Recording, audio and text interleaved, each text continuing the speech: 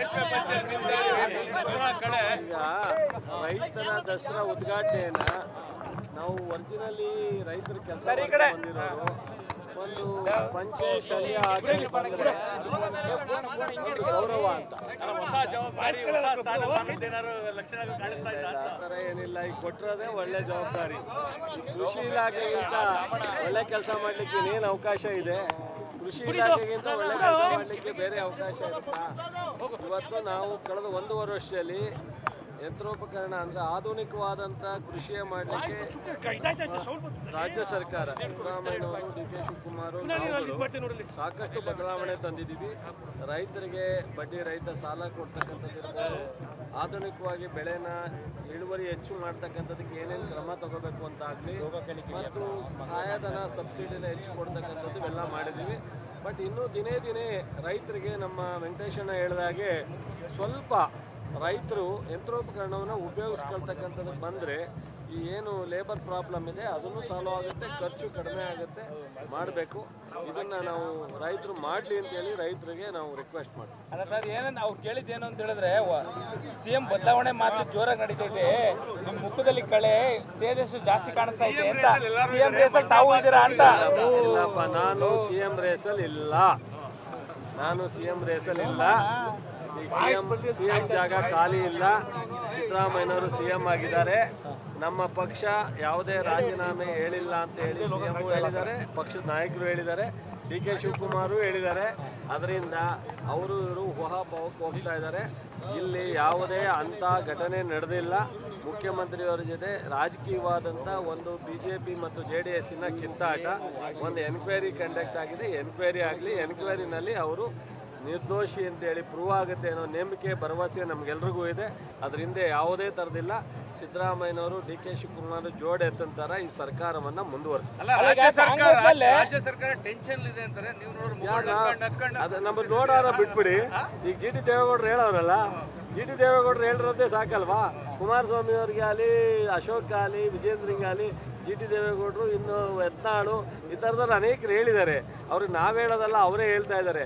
ಅವರಿಗೆ ಮಾಡೋ ಕೆಲಸ ಬಿಟ್ಬಿಟ್ಟು ಉಳಿದು ಈ ಥರ ಕಿತಾಪತಿ ಮಾಡ್ಕೊಂಡು ನಿಂತಿದ್ದಾರೆ.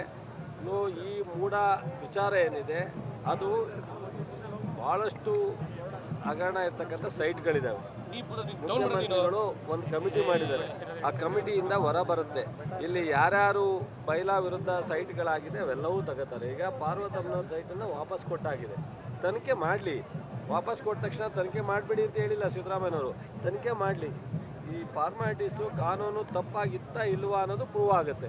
ಬಟ್ ನಮ್ಮ 100ಕ್ಕೆ 100 ನಾವು ಸಹ ಮಂತ್ರಿಯಾಗಿ ಕೆಲಸ ಮಾಡಿದ್ದೀವಿ, ಸರ್ಕಾರದಲ್ಲಿ ಎಲ್ಲವನ್ನೂ ಗಮನಿಸಿದ್ದೀವಿ. ಯಾವುದೇ ಕಾರಣಕ್ಕೆ ಅವರ ಪ್ರೊಸೀಜರ್ ತಪ್ಪಾಗಿಲ್ಲ. ಅದನ್ನು ನೋಡೋಣ. ಅಲ್ಲ ಸರ್, ಈಗ ಜಿ ಟಿ ದೇವೇಗೌಡರ ಮಾತು ಕೂಡ ಅದೇ ಚರ್ಚೆ ಆಗ್ತಾ ಇರೋದು. ಅವ್ರದ್ದು ಕೂಡ ಅಲ್ಲಿ ಬೇನಾಮಿ ಇದೆ, ಅದಕ್ಕೆ ಅವರು ಮಾತಾಡಿದ್ದಾರೆ ಅಂತಾರೆ. ಜಿ ಟಿ ದೇವೇಗೌಡರದ್ದು ಒಬ್ಬರದೇ ಇಲ್ಲ. ನನ್ನ ಹೆಸರು ಯಾಕೆ ಹೇಳಿ? ಜಿ ಟಿ ದೇವೇಗೌಡರದ್ದು ಒಬ್ಬರದೇ ಇದೆಯಾ? ಬೇಕಾದಷ್ಟು ಜನದಿದೆ. ಎಲ್ಲರೂ ಸರೆಂಡರ್ ಮಾಡ್ತಾರೆ. ಅದೇ ರೀತಿ ಯಾರ್ಯಾರ ಮೇಲೆ ಆರೋಪ ಇದೆ, ಯಾರ್ಯಾರ ರೀತಿ ಕೊಡ್ಲಿಕ್ಕೆ ಕರೆ ಕೊಡ್ತೀರಾ ತಾವು ಅಂತ? ಖಂಡಿತ. ಯಾರು ಈಗ ಮಾನ್ಯ ಮುಖ್ಯಮಂತ್ರಿಗಳು ಅವರ ಶ್ರೀಮತಿಯವರ ಸೈಟನ್ನು ವಾಪಸ್ ಕೊಟ್ಟಿದ್ದಾರೆ, ಅದೇ ರೀತಿ ಕಾನೂನು ಬಾಹಿರವಾಗಿ ತಗೊಂಡಿರ್ತಕ್ಕಂಥ ಎಲ್ಲರೂ ಸೈಟನ್ನು ವಾಪಸ್ ಕೊಟ್ಟರೆ ಒಂದು ಗೌರವ. ಕೊಡದೇ ಇದ್ರೆ ನಲ್ಲಿ ಸಮಿತಿ ರಚನೆ ಆಗಿದೆ, ಅದನ್ನ ತೀರ್ಮಾನ ಆದ್ಮೇಲೆ ವಾಪಸ್ ಹಿಂಪಡಿತಾರೆ. ನಿಮ್ಗೂ ಕೂಡ ಇದೆ. ಮೂಡಾದಲ್ಲಿ 50-50 ಒಂದು ಅನುಪಾತ ಏನಿದೆ, ಅದು ಲೀಗಲ್ ಇಲ್ಲೀಗಲ್ ಅಂತ? 50-50 ಲೀಗಲ್ ಅಲ್ಲ. ಅದು ಸೈಟ್ಗೆ ಒಂದು ದುಡ್ಡು ತಗೊಂಡವ್ರಿಗೆ ಒಂದಿದೆ, ಸೈಟ್ಗೆ ತಗೊಳ್ಳದೇ ಇದ್ದವ್ರಿಗೆ ಅನುಪಾತ ಒಂದು ಸ್ವಲ್ಪ ಜಾಸ್ತಿ ಇದೆ. ಬಟ್ ಆದರೆ ಮೂಡಾದಲ್ಲಿ ಸೈಟ್ಗೆ ದುಡ್ಡು ಇಲ್ದಲೇ ತಗೊಳ್ಳಿಕ್ಕೆ ಅವಕಾಶ ಇದೆಯಾ ಅನ್ನೋದ್ರ ಬಗ್ಗೆ ನಂಗೆ ಒಂದು ಸ್ವಲ್ಪ ಡೌಟ್ ಇದೆ. ಅದನ್ನು ಸರ್, ಖರ್ಗೆ ಅವ್ರನ್ನ ಇವತ್ತು ಭೇಟಿ ಮಾಡಿಲ್ಲ. ಅವರು ನಮ್ಮ ರಾಷ್ಟ್ರದ ಅಧ್ಯಕ್ಷ, ನಮ್ಮ ರಾಜ್ಯದವರು. ನಮಗೆ ನಮ್ಮ ಕಾಂಗ್ರೆಸ್ ಪಕ್ಷದ ಅಧ್ಯಕ್ಷ ಆಗಿರ್ತಕ್ಕಂಥದ್ದು ಹೆಮ್ಮೆ. ಖರ್ಗೆ ಅವ್ರನ್ನ ನಾನು ಮೊನ್ನೆ ಹೋಗಿ ಭೇಟಿ ಮಾಡಿದ್ದೆ. ಅದಕ್ಕೆ ಯಾಕೆ ಬೇರೆ ಬೇರೆ ಥರ ಸರ್? ಇಡಿ ಎಂಕ್ವೈರಿಗೂ ಇದಕ್ಕೂ ಸಂಬಂಧ ಇಲ್ಲ. ಇಡಿ ಎಂಕ್ವೈರಿ ಬರಂಗಿಲ್ಲ. ಒಂದು ಪ್ರಿಲಿಮಿನರಿ ಏನೋ ಒಂದು ರಿಪೋರ್ಟ್ ಕೇಳಿದ್ದಾರೆ ಅಂತ, ಅದು ಆ್ಯಕ್ಚುಲಿ ಯಾವುದೂ ಇನ್ನೂ ನಿಖರವಾಗಿಲ್ಲ. ಸುಮ್ಮನೆ ಮಾಧ್ಯಮದಲ್ಲಿ ಬರ್ತಾ ಇದೆ, ಅಲ್ಲಿ ಇಲ್ಲಿ ಊಹಾಪೋಹ ಮಾತಾಡ್ತಾ ಇದೆ. ಯಾವುದು 100% ಆಗ್ತಾ ಇದೆ. ಇಲ್ಲಿವರೆಗೆ ರಾಷ್ಟ್ರದಲ್ಲಿ ನಡೀತಾ ಇರ್ತಕ್ಕಂಥ CBI ಆಗಲಿ, ED ಆಗಲಿ, IT ಆಗಲಿ ಯಾವುದು. ಸೊ ನಾವು ಹಿಂದೆ ಕಾಂಗ್ರೆಸ್ ಆಡಳಿತ ಮಾಡಿದಾಗ ಇಂಪಾರ್ಷಿಯಲ್ ಆಗಿ ಆಗ್ತಿತ್ತು. ಕಾಂಗ್ರೆಸ್ BJP JDS ಅಂತ ನೋಡ್ತಿರಲಿಲ್ಲ ತನಿಖೆ. ಇವತ್ತೇನಾಗಿದೆ, ಆಪೋಸಿಟ್ನವ್ರ ಮೇಲೆ, ವಿರೋಧ ಪಕ್ಷದವ್ರ ಮೇಲೆ 90%, 1 or 2% ಆಡಳಿತ ಪಕ್ಷದ ಮೇಲೆ ದುರುಪಯೋಗ ತಾನೇ. ಇದನ್ನೇನು ಲೋಕಾಯುಕ್ತನು ಸರ್ ನಾವು ಮಾಡಿದಾಗ ಲೋಕಾಯುಕ್ತನ ನಾವು ಅಪಾಯಿಂಟ್ ಮಾಡಿದವರಲ್ಲ, ಈ ಸರ್ಕಾರ ಅಲ್ಲ, ಹಿಂದಿನ ಸರ್ಕಾರ ಲೋಕಾಯುಕ್ತ. ನಮಗೆ ಲೋಕಾಯುಕ್ತ ಮೇಲೆ ನಂಬಿಕೆ ಇದೆ, ಕೋರ್ಟ್ ಮೇಲೆ ನಂಬಿಕೆ ಇದೆ. ಸೊ ಲೋಕಾಯುಕ್ತದಲ್ಲಿ ತಪ್ಪಾದರೆ ಕೋರ್ಟ್ಗೆ ಹೋಗ್ಬೋದು. ಸೊ ನಮಗೆ ಲೋಕಾಯುಕ್ತ ಇಂಡಿಪೆಂಡೆಂಟ್ ಬಾಡಿ, ಅವರು ಸ್ವತಂತ್ರವಾಗಿ ತನಿಖೆ ಮಾಡಿ ರಿಪೋರ್ಟ್ ಕೊಡಿ. ಇಡಿ CBI ತಮ್ಮೆಲ್ಲ ಕಂಡಿದೆ. ಸಿದ್ದರಾಮಯ್ಯ ಸಾಕಷ್ಟು ಆಪ್ತರಾಗಿದ್ದೀರಾ, ಸೊ ತಮ್ಮ ಮೇಲೆ ಏನಾದರೂ ನಡೀತಾ ಇದೆಯಾ? ಸರ್ ನಮ್ಮ ಹತ್ರ ಏನಿದೆ ತಾಳಕ್ಕೆ ಪಂಚಾಯತ್ ಸೈಟು. ನಾವು ಭಯ ಇದ್ರೆ ನಾವು ಹಿಂಗೆ ಓಡಾಡ್ತಿದ್ವಾ, ನಡ್ರಿ ತಲೆ ಕುಮಾರಸ್ವಾಮಿ ಅವ್ರ ಮೇಲೆ FIR ಆಗಿದೆ.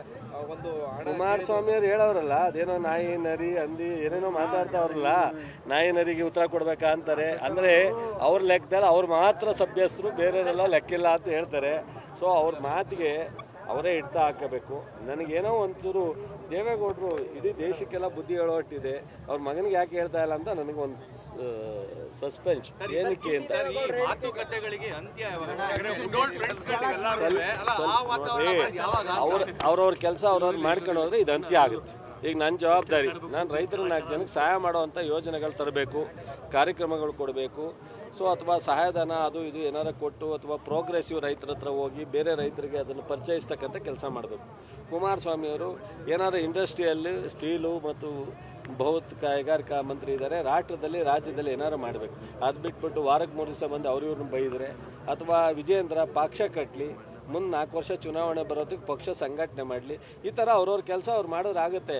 ಇವರು 136 ಜನನ ಸಹಿಸ್ತಲೆ, ಮುಖ್ಯಮಂತ್ರಿ ಉಪಮುಖ್ಯಮಂತ್ರಿ ಸಹಿಸ್ತೇ ಇದ್ದರೆ ಜನ ಕೊಟ್ಟರು ಅಧಿಕಾರವನ್ನು ಇವ್ರು ಕಿತ್ಕೊಳ್ಳೋಕ್ಕಾಗತ್ತೇನ್ರಿ?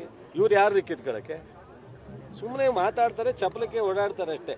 ಈ ಸರ್ಕಾರ ಏನೂ ಆಗಲ್ಲ, 5 ವರ್ಷ ಇರುತ್ತೆ. ಸೊ ನಮ್ಮಲ್ಲಿ ಕಿತ್ತಾಟ ಇಲ್ಲ, ಮುಖ್ಯಮಂತ್ರಿ ಬದಲಾವಣೆ, ಇನ್ನೊಂದು ಪಕ್ಷ ಇದೆ. ಇವ್ರು ಯಾರು ಹೇಳೋಕ್ಕೆ? ಅಪೋಸಿಷನ್ ಅವರು ಹೇಳಿ ತೀರ್ಮಾನ ತಗೋಬೇಕಾ? ಅವ್ರಿಗೆ ಈಗ ವಿರೋಧ ಪಕ್ಷದವರ ನೋವಿಗೆ ನಾವೇನೂ ಮಾಡೋಕ್ಕಾಗಲ್ಲ, ಮೆಡಿಸಿನ್ ಸಿಗಲ್ಲ.